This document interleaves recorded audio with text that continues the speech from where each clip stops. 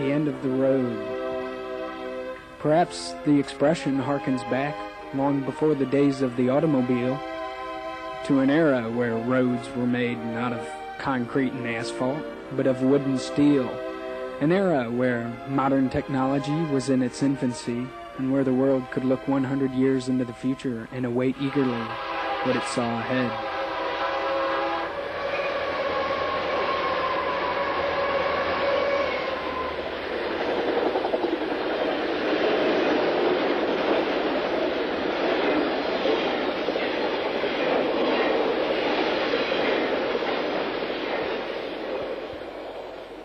The railroads were from such an era.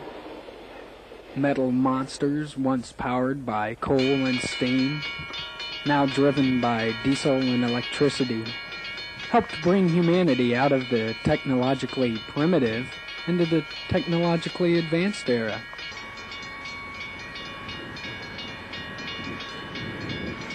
Their technology is not new, yet trains do not seem to grow old.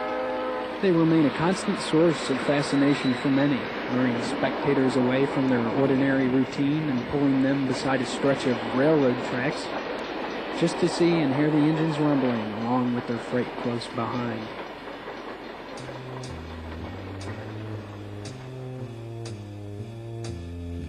Standing beside tracks is not, however, the only spot from which to watch trains. People gather by the hundreds, maybe by the thousands. People of all races and creeds and ages, just to see how some people have brought railroads into their garages or basements or living rooms.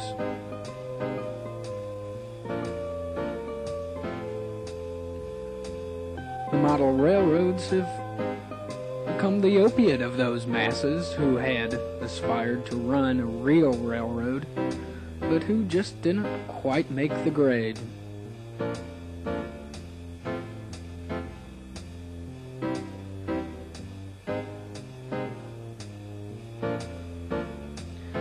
Clubs are formed with the express purpose to build and maintain a rail empire, just so long as it all can fit under one roof. To the people who stand and watch, and to the builders of these railroad microcosms, these miniature railroads are no less fascinating than their larger counterparts that they depict.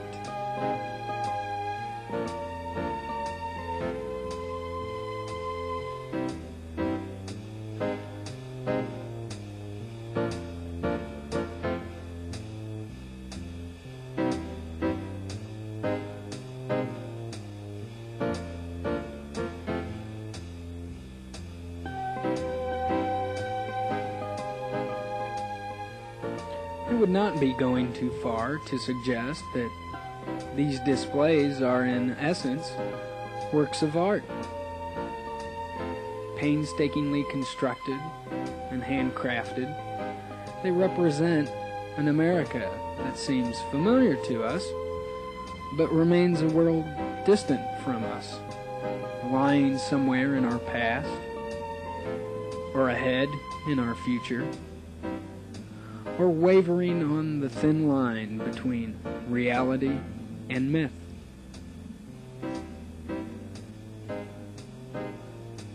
Perhaps people construct model railroads and stand in front of displays for so long, not because they are watching, but because they are imagining.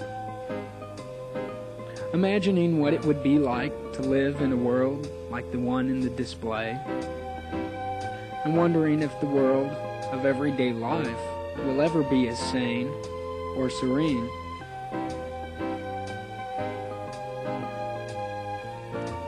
Wondering if such a place actually does exist, or if they are actually living in it.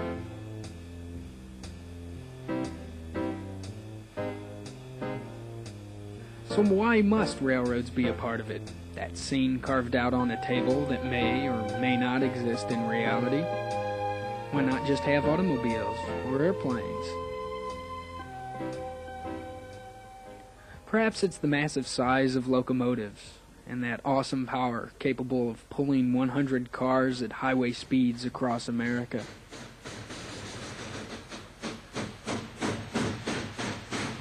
Perhaps it's what some consider the sheer beauty of those engines, past and present.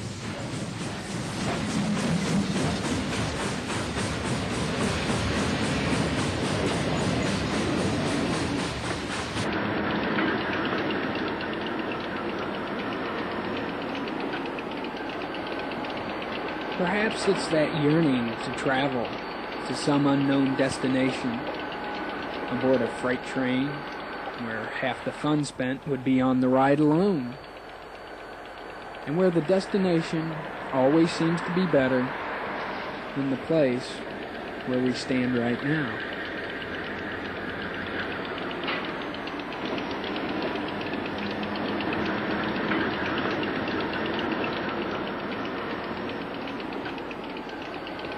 Perhaps it's the historical perspective of trains that evokes a fascination within.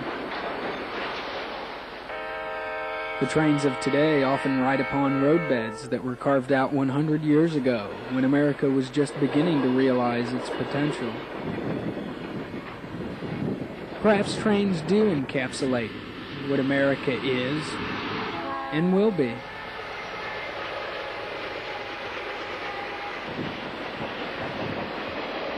So long as there continues to be that steady stream of locomotives and that steady stream of freight behind them, we know that as a society, we are still moving. And moving, hopefully, toward the idealistic way of life depicted in the model railroad displays, where there's a diner on every corner, and a railroad, of course, through every town.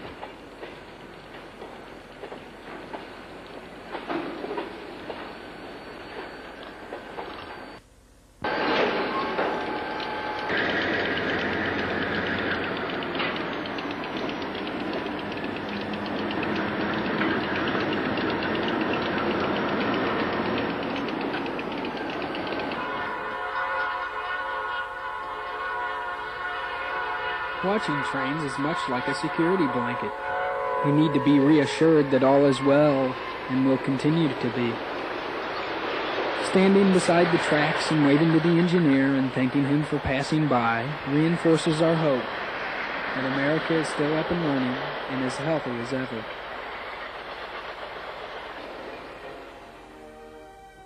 But the last train eventually passes, and empty yards are left.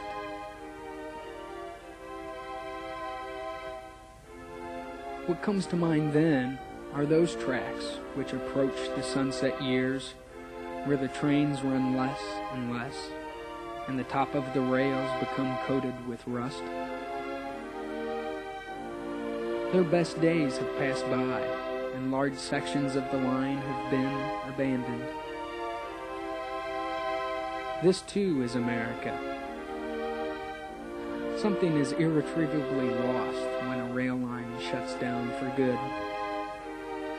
The trains have not only taken their engines, their boxcars, and their thrills away to some other place.